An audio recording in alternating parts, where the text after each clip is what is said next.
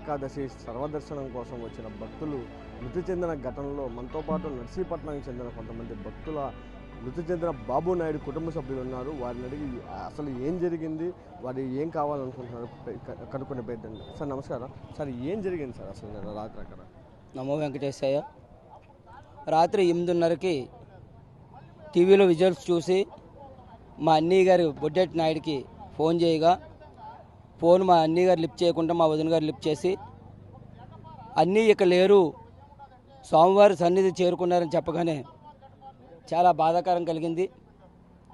గత 20 సంవత్సరాల నుంచి స్వామివారి దర్శనానికి సంవత్సరానికి 4-5 సార్లు ఫ్యామిలీతో పాటు దర్శనం చేసుకునేవారు. ఏ రోజు కూడా యఘాతం జరగలేదు. ఈరోజు వైకుంఠ ఏకాదశికి లక్షల మంది ప్రపంచం నుంచి జనాలు వస్తారని తెలిసి కూడా వ్యవస్థ తగిన చర్యలు తీసుకోకపోవడం లోపమో, లేదా అక్కడ జనాలు ఆఫీసర్ల నిర్లక్ష్యమో ఈరోజు మా అన్నయ్య గారు లేకపోవడం జరిగింది. ఎవరి వల్ల లోపం అయినప్పటికీ కూడా మేము ఎవరిని ప్రశ్నించదలుచుకోలేదు.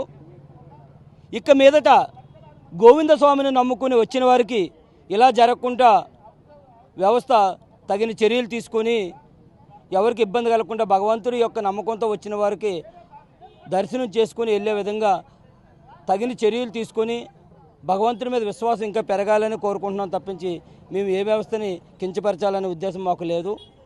గవర్నమెంటు మాకు ఎంత ఇస్తుందనే దానికంటే మా అన్నయ్య గారు చనిపోయినందుకు మా వదినికి ఆవిడ ప్రాణం ఉన్నంత కాలం కూడా ఎదుటివారు ఏలెత్తుకుంటే బతికే అవకాశం గవర్నమెంట్ కల్పిస్తే చాలని మేము ఆ గోవింద స్వామి ద్వారా వ్యవస్థను వేరుకుంటున్నాం. అమ్మ అసలు రాత్రి మీరు ఊరి నుంచి ఎన్ని గంటలకు వచ్చారు, అక్కడ ఏం జరిగిందమ్మా, ఆ పరిస్థితులు మీరు ఎలా ఉన్నారు? 12 గంటలకు వెళ్ళాం బాబు. అక్కడికి రాత్రి 8:30 వరకు అక్కడే ఉన్నాం, అందులోనే ఉన్నాం. దగ్గరికి వచ్చిన తర్వాత గేట్లు తీసేసారు, ఎవరు తీసేసారో తెలియలేదు. ఒకరి మీద ఒకరు పడిపోయారు బాబు. ఇంకా ఇందులోనే చచ్చిపోయారు జనాలు. పార్కులోకి వెళ్ళమని చెప్పి మీకు ఎవరు చెప్పారు? పోలీసులే పంపించారు. పోలీసులే పార్కులో బంధించారు మమ్మల్ని. ముందు 9 గంటలకు కొంతమందిని నెట్టారు, తర్వాత మేము వచ్చాము. బాబు వెళ్ళమంటే వెళ్ళొద్దు అన్నారు. వెళ్ళొద్దంటే బాబు ఎలాగోలాగే వెళ్తామని చోటనాల దాగోనాలు భోజనాలకు వెళ్ళిపోయిన తర్వాత ఇంకొక 2 ఉంటాలు బతులాడితే లోపల పంపించారు. మిగతా వాళ్ళందరూ గోళ్ళ దూకి గొద్దులు దూకి అలా ఎలగలగల మొత్తం అందరూ హాలు మొత్తం నింపోయింది. జనం ఎక్కువైపోయారు. ఎంతమంది ఉంటారు మా పరిస్థితిలో? 10,000 పైన ఉంటారు బాబు.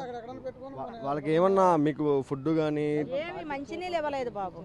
మాకు మంచినీళ్ళు అరేంజ్మెంట్ లేదు, మాకు మంచినీళ్ళు కూడా ఇవ్వలేదు. అసలు మీ భర్త ఏం పని చేస్తుంటారమ్మా? మీకు ఇంట్లో ఎంతమంది ఉంటారు? మా ఆయన నేనే ఉంటాం. లేబర్ పని చేస్తాడు. పాపకు మ్యారేజ్ అయిపోయింది బాబు.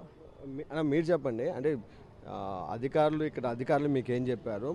బాబు నాయుడు గారిని తీసుకెళ్ళడానికి మీకు ఎలాంటి ఏర్పాట్లు చేశారు? ఇక్కడ యాక్చువల్ అధికారులు ఇంకా స్పష్టమైన భరోసా అయితే ఏం కల్పించలేదండి. 2-3 రోజులు వచ్చి కలుస్తాం, ఏదో భరోసా ఇస్తామని చెప్తున్నారు, కానీ మాకైతే స్పష్టమైన భరోసా ఏం కనిపించలేదు ఇప్పటివరకు. అయితే ఇలాంటి ఘటనలు జరగడం దురదృష్టకరమని, ఎలాంటి ప్రమాదాన్ని మరొకసారి జరగకుండా వ్యవస్థ అనేది పటిష్టం కావాలని చెప్పి, మరోవైపు చాలా ఉదయం నుంచి వేచి ఉన్న ఎలాంటి సౌకర్యాలు లేకపోగా తిరిగి రాత్రిలో ఇలాంటి ఘటన చోటు చేసుకొని తమ భర్త ప్రాణాలు బలిగొనిందని చెప్పి కుటుంబ సభ్యులు అయితే బాబు నాయుడు కుటుంబ సభ్యులు ఆవేదన వ్యక్తం చేస్తున్న పరిస్థితి.